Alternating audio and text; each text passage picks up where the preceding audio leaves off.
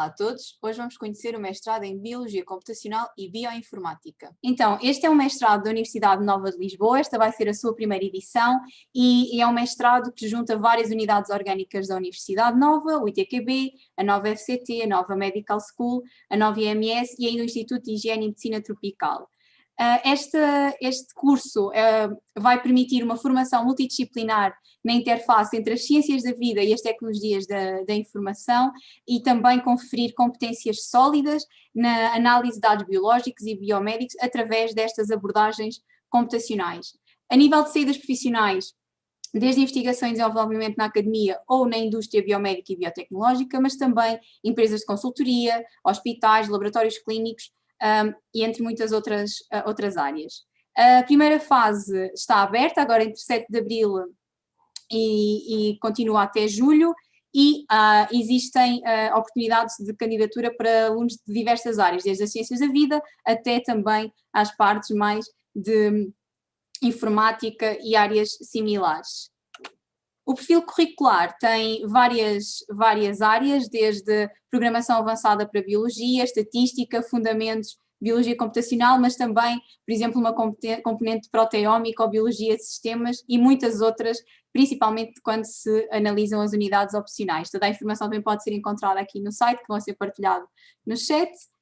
Hoje connosco temos a Mariana Valério, que, como esta é a primeira edição do mestrado que abriu, não fez o mestrado em Biologia Computacional e Bioinformática, mas sim o mestrado em Bioquímica para a Saúde, mas trabalha muito de perto com esta área. A Mariana tem 25 anos, como eu disse, fez o seu mestrado em Bioquímica para a Saúde e, além disso, fez a sua tese de mestrado no laboratório com o professor Cláudio Soares em Biologia Computacional.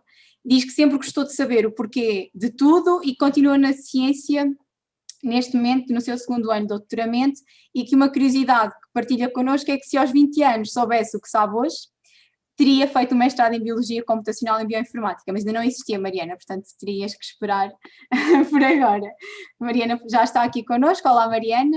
Se quiseres então partilhar melhor do que eu como é que foi este teu percurso até chegar a esta área de Biologia Computacional e Bioinformática e também ajudar um pouco a perceber, afinal, o que é que se pode fazer, quais são as várias componentes que se podem fazer com esta formação.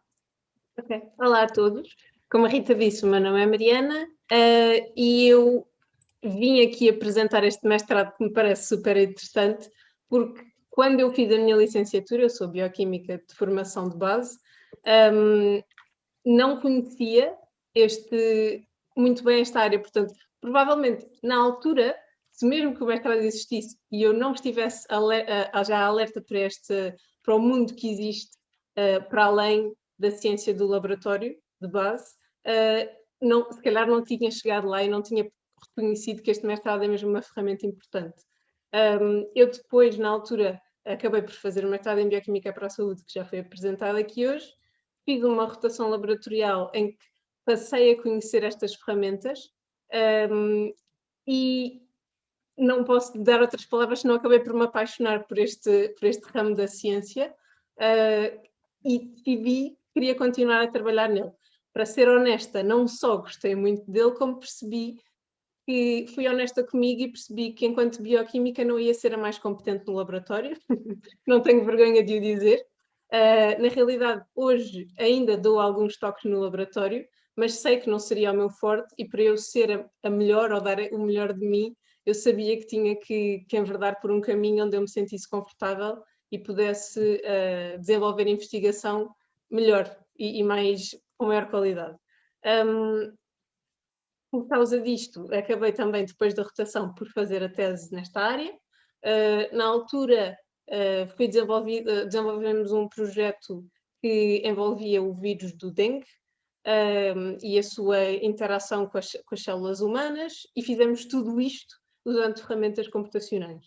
Para vocês terem uma noção, o vírus, não trabalhamos só com o vírus no total, mas com uma parte da proteína que é importante para o vírus entrar nas nossas células, e eu pude conhecer a nível molecular coisas que no laboratório eu nunca conseguiria ver. Portanto, estas ferramentas computacionais permitem-nos conhecer ao perto, ver de muito perto aquilo que nós no dia a dia não conseguimos ver nem no laboratório, nem ao microscópio. Portanto, interações moleculares que nós sabemos, na teoria, muitos dos bioquímicos que já percebi que aqui estão hoje aprendem que existem este tipo de interações, mas vê-las com modelos que as imitam da maneira mais próxima que nós conseguimos, modelos matemáticos. Acabei por também fazer esta tese e tive uma desvantagem em relação a quem vai fazer este mestrado, é que eu tive que aprender todas estas ferramentas, programar, usar estes modelos e toda uma panóplia de coisas que podem imaginar de quem vem de um universo totalmente laboratorial para este, fazê-lo tudo com a ajuda dos meus orientadores em 6 meses para depois, nos outros 6 meses, conseguir desenvolver uma tese. Portanto, eu tive muito pouco tempo para aprender e se calhar se tivesse tido esta base, este mestrado, eu tinha tido muito mais facilidade a fazer a minha própria tese. Portanto, para quem tem interesse e tem muita sorte já ter despertado este interesse antes, com a vossa idade eu não o tinha porque desconhecia. E se gostam disto, são ferramentas que vão adquirir neste mestrado, programação, artificial intelligence, tudo coisas super. Posso estar a ter uma abordagem um bocadinho biased, mas digo-vos que são coisas novas, interessantes. Nós sabemos que o nosso mundo está-se a tornar muito tecnológico e nós precisamos destas ferramentas. Qualquer que seja o vosso futuro, são coisas que podem vir a utilizar e que vão ser bastante úteis. Portanto, este mestrado é mais virado para quem tem um background biológico ou outros backgrounds que possam ser adequados a este mestrado, mas não deixa de ter ferramentas que eu aconselho vivamente, e agora já estou a vender o mestrado, mas honestamente eu vou aqui passar uma confidência, que é: eu gostava de fazer todas estas cadeiras. Eu, se pudesse, juntava-me a vocês, e estou a ser honesta, porque são coisas bastante interessantes. Enquanto da minha história depois continua para o doutoramento, e eu continuo neste momento a investigar utilizando ferramentas computacionais, fazer sentido de dados que são gerados computacionalmente e comparando com dados que são gerados no laboratório. Mas existem também outras vertentes na bioinformática que se baseiam na obtenção de dados no laboratório, biológicos, depois têm que ser tratados. E todas estas ferramentas permitem fazer uma leitura não tendenciosa dos dados que nós obtemos. Portanto, o computador não tem uma família e amigos que lhe dão ideias diferentes. Ele é bastante straightforward, nós dizemos o que queremos fazer e ele faz um bom trabalho a analisar dados. Para além disso, podemos ensiná-lo a ler os dados que lhe damos para criar conclusões. Portanto, o machine learning, que é também uma ferramenta bastante interessante, tanto na ciência como noutras áreas. Portanto, são tudo cadeiras muito interessantes que este mestrado tem. E se calhar, se tiverem perguntas, em vez de eu estar aqui a divagar sobre sim, o mesmo e agora assunto. ia pegar aqui em duas coisas que disseste. Primeiro, realmente essa questão da transformação digital, não é? Que estamos a atravessar, e não fazia sentido a ciência também não acompanhar, porque a ciência e a tecnologia também estão a desenvolver essa mesma transformação digital. Mas depois estavas aqui a falar da parte mais biológica, mas a minha questão é se, por exemplo, se achas que informáticos ou matemáticos também que não sejam de base das áreas das ciências da vida, se também não seriam aqui uma boa oportunidade para eles, para este tipo de aplicação mais biológica, ou seja, como é que consideras que pode Claro, ser feita eu acho que sim, até porque nós temos, se trouxermos pessoas mais da área da informática, vão ter vantagens que os bioquímicos, que os biólogos terão algumas lacunas nessas áreas. Portanto, é um caminho que até os informáticos conseguiram fazer, aprendendo um bocadinho da parte biológica, e as ferramentas são fáceis de ser utilizadas por toda a gente. Eu acho que o mestrado, neste caso,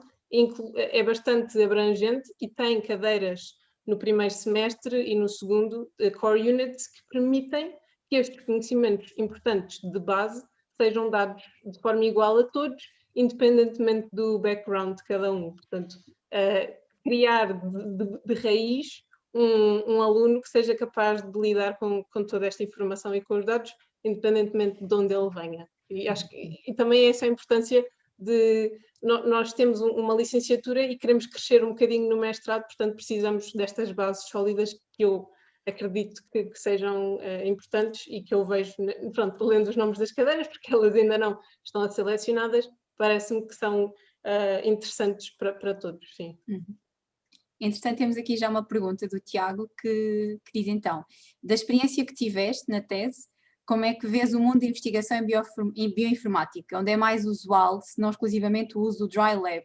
Muitas vezes as pessoas que fazem o Wet Lab sentem destas ferramentas que ajudam muito na análise e design de experiências. Certamente há um gap aqui entre as duas áreas muito importante que podemos complementar com este mestrado. Não sei se queres explicar para quem não está ainda tão dentro da área o que é o Dry Lab e o Wet Lab. Portanto, o Dry Lab é um laboratório onde nós não temos uma bancada, nem pipetas, nem soluções, temos computadores e não convém haver nada dessas outras coisas porque podemos estragar o nosso hardware. Portanto, o Dry não tem essa componente e o Wet Lab é um laboratório de bancada onde se fazem experiências comuns.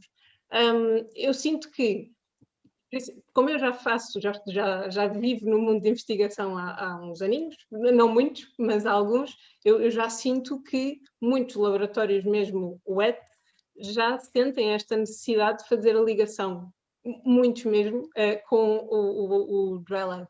E não só pedem muitas colaborações com os nossos laboratórios, contratam pessoas que têm conhecimentos que complementam as duas coisas e são...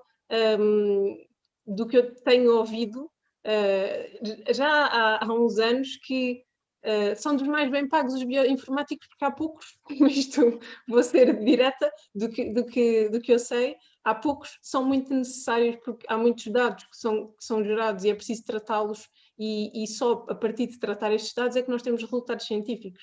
Nós não conseguimos gerar mais ciência se não pudermos analisar os dados que já obtivemos. Portanto, sim, eu acho que concordo com o Tiago, esta ligação é muito importante, já existem muitos laboratórios, felizmente, e continua a haver uma necessidade gigantesca para os profissionais desta área e que vão sendo gerados nestes mestrados e que são bastante importantes.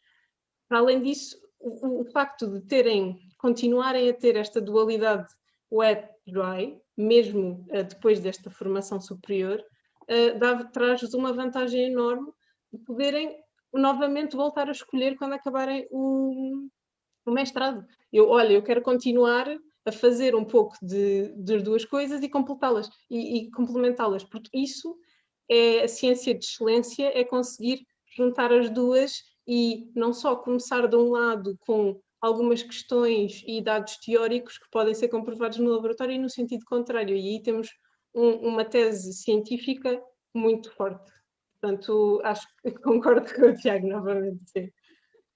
O Tiago diz que concorda totalmente. Ótimo. Estamos na mesma... Pensamos a mesma. Entretanto, temos também uma pergunta via Facebook do Tiago Martins, que pergunta, para além da investigação, que saídas específicas vês para este mestrado? Pronto.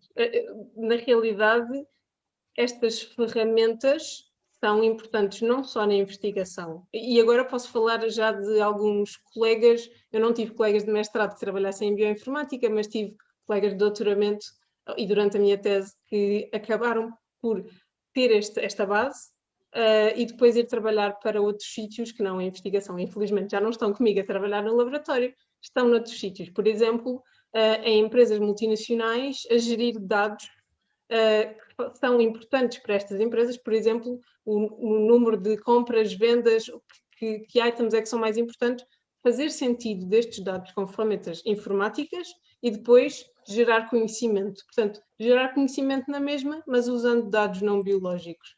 No serviço público, nos hospitais, é preciso também fazer sentido destes dados para gerar conhecimento novamente. Se formos a pensar a indústria farmacêutica, por exemplo, isto é um exemplo bastante que pega naquilo que é feito na indústria e leva para aquilo que é feito na investigação, e leva para a indústria. Portanto, o design de drogas, de medicamentos. Portanto, tendo em conta como Gonçalo, acho que foi, o Gonçalo falou sobre aquela cadeira interessante que havia em Bioquímica para a Saúde. As ferramentas computacionais são uma grande parte desta cadeira, são muito importantes porque nós conseguimos desenhar não só o melhor medicamento, para, sabendo qual é o nosso alvo, e fazer aqui um casamento ideal, diminuindo os efeitos secundários destas novos medicamentos, para não dizer a palavra que me veio à cabeça em inglês. Bem do sim, mas... Exato. E daí, para além, eu estava a ver se me lembrava de mais alguém, lembro-me, um outro colega que esteve no ITQB a fazer o doutoramento e agora é um data scientist numa empresa grande, portanto, gera centenas de dados e as bases que ele usa todos os dias são as mesmas bases que obteve no trabalho em bioinformática. Portanto, leva-vos a muitos sítios, não só na investigação científica, mas também em empresas e onde for preciso tecnologia e ferramentas de tratamento de dados, vocês vão ser capazes de o fazer.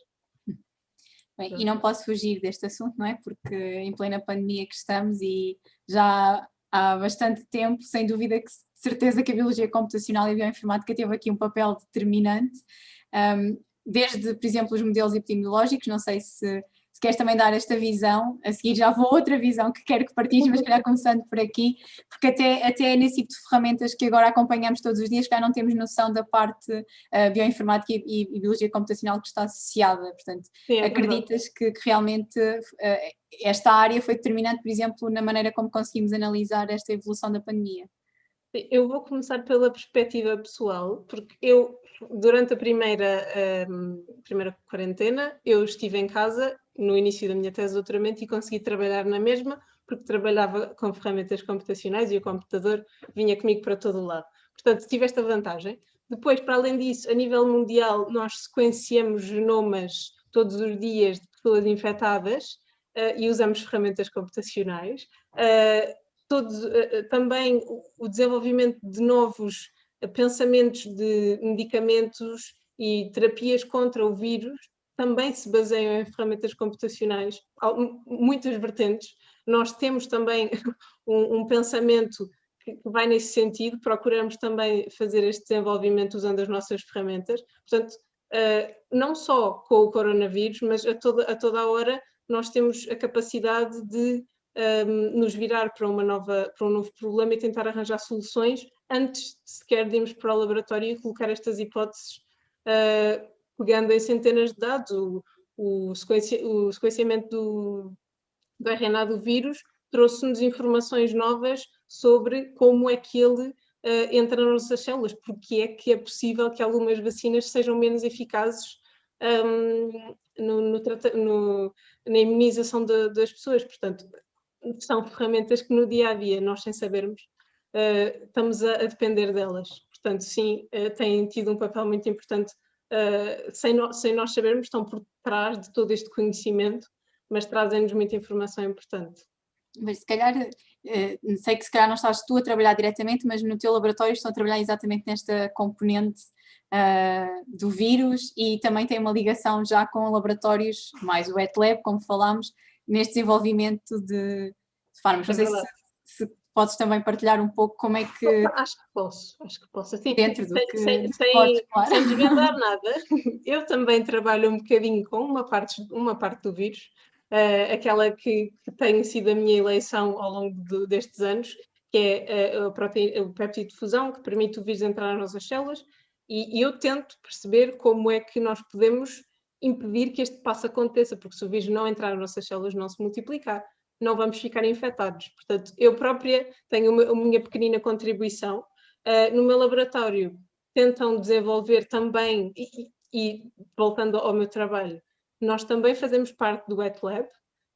Nós expressamos este péptido para tentar perceber depois com células como é que este processo funciona e se aquilo que eu vejo computacionalmente faz sentido. Portanto, eu também tenho essa ligação e o Carlos, no meu laboratório, desenha, e isto é bastante interessante e até é uma temática nova, desenha proteínas que podem ligar-se ao receptor de que, portanto, há a ligação entre o vírus e as células, e ele tenta desenhar moléculas que possam impedir esta ligação e fazer com que o vírus não infecte as nossas células e nem sequer se encontre com elas. Portanto, também temos esta parte computacional e já estamos a expressar proteínas, portanto, fazê-las crescer em micro-organismos para depois poder testar em modelos animais para perceber se este desenho que fizemos computacionalmente efetivamente funciona como uma drug contra o coronavírus. Portanto, fora das vacinas também existe esta preocupação com o desenvolvimento de drogas contra o coronavírus. Sim. Então, no fundo, acabas por também chegar àquilo que tinhas falado há pouco, que mesmo que se vá para a biologia computacional, a parte do laboratório pode ser sempre um complemento, que tanto podem trabalhar na mesma no laboratório como vice-versa, não é? Exato. Só a voltar a lembrar, as pessoas que estão aqui na conversa, que se podem juntar a nós, podem utilizar o chat como levantar a mão e fazer a pergunta diretamente, tal e qual como as pessoas que nos acompanham ao vivo no YouTube e Facebook, podem deixar as vossas perguntas nos comentários sobre este mestrado ou qualquer outra dúvida que tenham sobre os mestrados no ITQB Nova. Entretanto, temos aqui o Tomás. Tomás, força, podes fazer a tua pergunta. Eu gostava de saber qual é que é a importância que este mestrado dá, por exemplo, à área de bioquímica computacional, porque esteve aí a falar das interações da proteína, do vírus, e eu sempre, por acaso não sabia muito desta área e sempre assumi mais que a biologia computacional estivesse mais virada para codificações do código genético ou taxonomia, aquelas áreas mais para a biologia e não tanto para a biologia celular e bioquímica. E deixa-me, antes queria fazer-te outra pergunta, que é, tu estás-me a perguntar se existe também esta vertente no mestrado. Sim, sim. Porque achavas que seria mais no sentido genético, análises de genomas, é isso que estás a dizer? Sim. Ok, então vou-te responder porque, com alguma felicidade, que os meus orientadores fazem parte do mestrado e vão dar aulas neste mestrado e eles trabalham nesta área, portanto sim, vai existir uma parte, algumas cadeiras que serão mais relacionadas com isto, é possível aprenderes a fazer este tipo aquilo que eu faço no meu dia-a-dia nestas cadeiras, portanto, na verdade, as bases do mestrado são fixas e tu tens vários tipos de conhecimentos, programação, inteligência artificial, fundamentos de biologia computacional, todas essas coisas são bases, são core units e depois podes escolher estas, não são centenas, mas são mesmo muitas cadeiras opcionais, dezenas de cadeiras opcionais que te permitem desenhar o teu percurso da maneira que tu achares que é mais interessante para ti. Portanto, tens a possibilidade de escolher que tipo de ferramentas bioinformáticas é que tu queres aprender. Portanto, sim, se vires no site tens imensas hipóteses. Sim, posso até acrescentar, quando se falava que este mestrado era uma organização de várias unidades da Nova de Lisboa, isto é mais do que ser só uma organização, estas cadeiras todas complementam-se muito exatamente nestas áreas. Além do ITQB, que se calhar pode dar esta componente ou outras, a nova FCT, ou a nova Medical School, ou mesmo a nova IMS, o Instituto de Medicina e Higiene Tropical, acabam por ter também outras valências e outras vertentes que complementam de acordo com o percurso que cada um acaba por querer seguir. Se calhar uma pergunta que eu podia fazer, que acabaste por dizer que aprendeste sozinha, digamos assim, mas sozinha como quem diz, quando foi com a tua tese a parte de programação, achas então que uma pessoa que não sabe nada de programação ou que nunca teve qualquer contacto não teria qualquer problema em ingressar no mestrado? Eu acho que, pronto, agora se calhar vou ser um bocadinho biased outra vez. No meu mestrado, na minha licenciatura, e muita gente que vem de bioquímica, novamente vou repetir, pronto, ou de biologia, os cursos atualmente têm sempre, do meu conhecimento, muitos deles têm uma base de programação simples. E essa é já é uma boa base.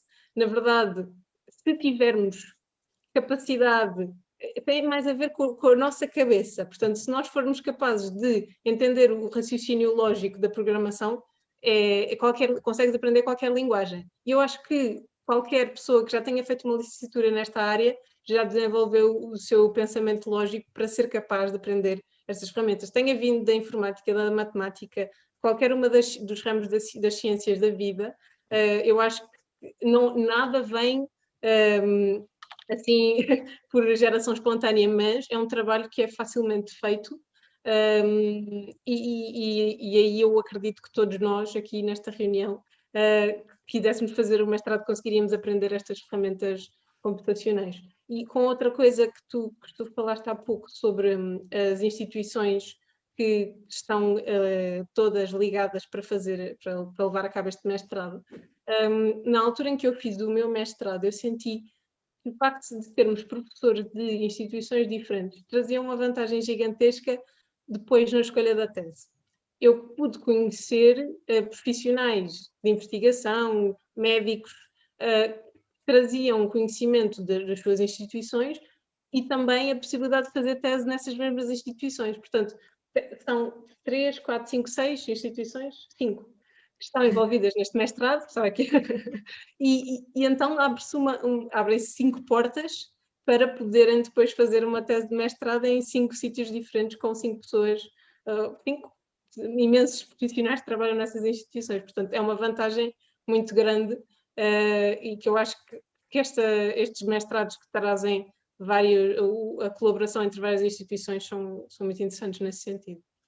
Então, se calhar aqui para complementar, temos aqui a investigadora Diana Lousa, que está também envolvida no mestrado, que pode também, se calhar, acabar por ajudar a compreender não só esta questão que estávamos a falar, mas também este caminho que é possível ser feito ao longo do curso. Diana, força. Olá.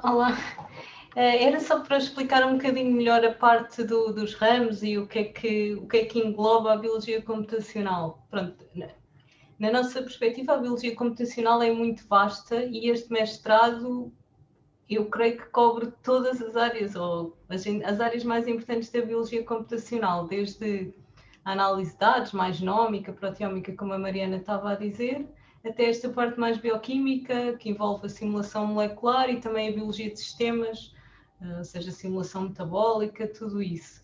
E, portanto, o curso tem um primeiro semestre que é um ramo, um tronco comum, em que as pessoas têm aquelas cadeiras mais de base, como a Mariana disse, e depois o segundo semestre tem 2 ramos, um ramo mais virado para essa parte mais biológica que tu estavas a pensar, Tomás, que tem mais a ver com a análise de dados e que se chamam multiómicas, portanto, no fundo, uma análise multidimensional de todos os tipos de dados biológicos, e que tem também muito aquela componente de biologia evolutiva que o Tomás estava a falar.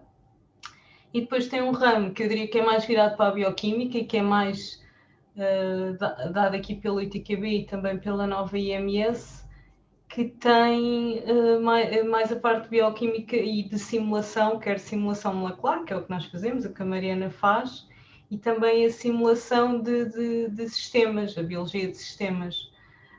Portanto, o curso é muito completo e tem 2 ramos mais ou menos definidos que as pessoas podem escolher, sendo que depois mesmo dentro dos ramos têm cadeiras opcionais para optar. Portanto, posso fazer uma pergunta enquanto uma possível aluna? Mas fazer uma pergunta à Diana. Por exemplo, se estas instituições que trabalham todas em conjunto, isto significa que eu teria aulas em 2 instituições diferentes ou estaria só numa e os professores se deslocavam para dar as aulas? Não, vão haver aulas em instituições diferentes, mas vamos tentar minimizar as deslocações. O horário ainda não está completamente feito. Por exemplo, o primeiro semestre vai ser maioritariamente na Faculdade de Ciências e Tecnologia, porque são as cadeiras de base. Depois o segundo semestre vai depender um bocadinho dos ramos que as pessoas optarem. Portanto, vão conhecer todas as instituições, mas as viagens não vão ser muito frequentes entre instituições. Boa. Portanto, estamos aqui mesmo nos últimos minutos. Não sei se... Obrigada, Diana. Não sei se existe mais alguma pergunta que queiram colocar. Reforço que se tiverem qualquer questão, estão à vontade para enviar e-mail, para tirar as vossas dúvidas. Tanto aqui como mesmo nas redes sociais, comentários que queiram fazer, perguntas que queiram deixar, estejam à vontade, que arranjaremos também forma de serem respondidas. Obrigada, Mariana. Não sei se queres deixar assim um último conselho ou sugestão para quem está indeciso na sua decisão. Eu posso Passando fazer... a redundância.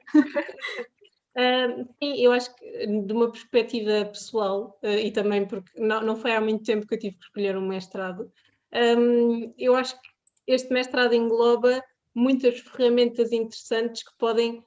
Uma das minhas perspectivas na altura era: eu quero continuar a ter muitas escolhas, e para quem é muito indeciso, que é o meu caso, este mestrado é ideal porque continua a trazer muitas possibilidades de saídas e cadeiras diferentes, várias opções. Portanto, se quiserem continuar a aprender e para além do conhecimento que traz estas várias cadeiras, estas várias vertentes, acho que é um mestrado muito interessante, e para quem gosta, eu acho que devem arriscar.